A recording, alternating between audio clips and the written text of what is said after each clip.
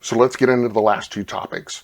First one up is what income is taxable. We've talked about this a little bit over the last two videos, but what I want to do is go through some examples for you. In fact, we even talked about it a little bit in the first video in this course whenever we talked about gross income. As an individual, we tend to think of the most common income that's taxable as compensation when you do work for someone else. This is for your personal services whenever you work for an employer. The other part of that is what we call business income, which is you own a business and that business receives income. As we've talked about, and we're talking about it just again here in another minute, that could be considered what we call flow-through income. So all of that income that comes into the business that's flowing to you, whether it's for services, whether it's for the products, minus what you had to pay for the products, becomes taxable income. Now, the other one that I just kind of mentioned here is what we call pass-through income. Now, remember, anything other than non-C corporation income, so income that a C Corp earns, everything besides that is considered pass-through income and needs to get added into the top section on the tax return.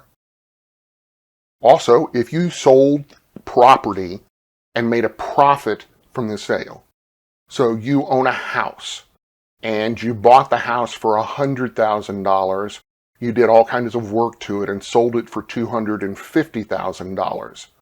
In that situation, the $150,000 profit would be considered gain, and that's taxable, not the $100,000 that you paid for it. And I use a real estate example in this, but that could be on anything. You buy an old beat-up 1965 Mustang for $500. You completely redo it all. You spend, I don't know, let's say $3,000 working on it. So you paid $500 for it, you spent $3,000 getting it fixed up, so you've got $3,500 in it, and you turn around and sell it for $10,000. Those numbers aren't accurate on any stretch. That means that you have made a gain of $6,500 on that project. So this gains isn't just real estate, it's any kind of physical property. Dividends. Remember that if you own stock in a company, you are one of the owners of the company. We're talking about C Corps here primarily. So if that corporation makes profit at the end of the year and they decide to return some portion of it to the stock owners, you get what's called a dividend. You have to pay taxes on that.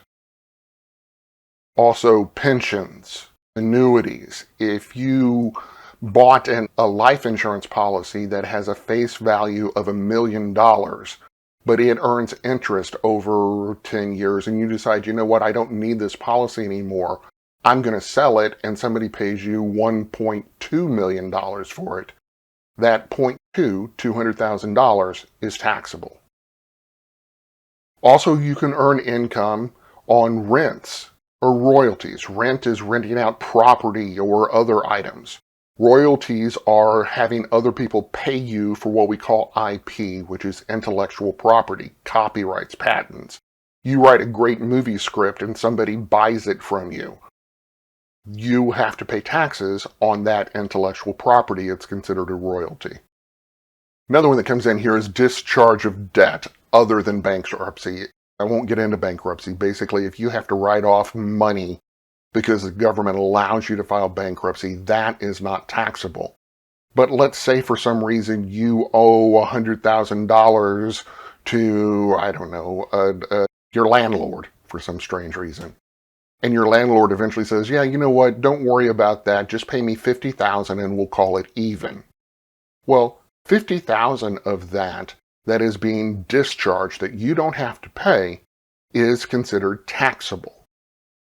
A couple other big ones in here that everyone does or doesn't think about sometimes. Prizes, awards, gambling winnings, treasure finds. If you are out scuba diving somewhere and find an old Spanish galleon that has $1 million worth of coins in it, that's considered taxable income. You're going to have to pay for it. Unemployment and most Social Security benefits. So if you're out of a job and you file for unemployment with the state and they send you some checks over the course of 6, 8, 10, 12, 16 weeks, whatever it is, that is considered taxable income. And here's the real catcher one. Illegal income is still taxable. And honestly, this is how most of the big gangsters in the world get taken down. For those of you who know who Al Capone is, Al Capone really never got in trouble for selling liquor in the middle of Prohibition. What he got in trouble for was earning income that he didn't report on his tax return, so they sent him to jail for income tax evasion. Once again, go back and find that list. That list will help you with pretty much any question that you have on is this taxable or non-taxable.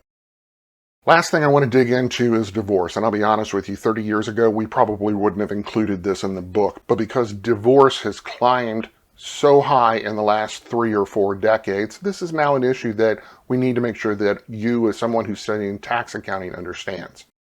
Couple things.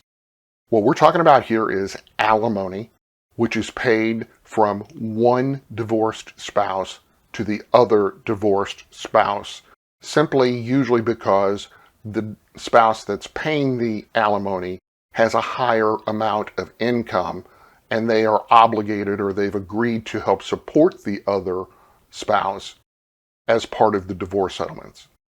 The other part of this is what we call maintenance payments, and that basically falls into child support. So 2 people get divorced, the person who is making the payments would make a payment for alimony, which goes directly for the spouse that they're leaving or breaking up with. Maintenance payments go to support other obligations that that second spouse is going to assume. First thing to understand is that child support payments and property settlements, and I'll talk about what that is in just a second, from a divorce or a separation have never been taxable. And that is as a deductible or as income.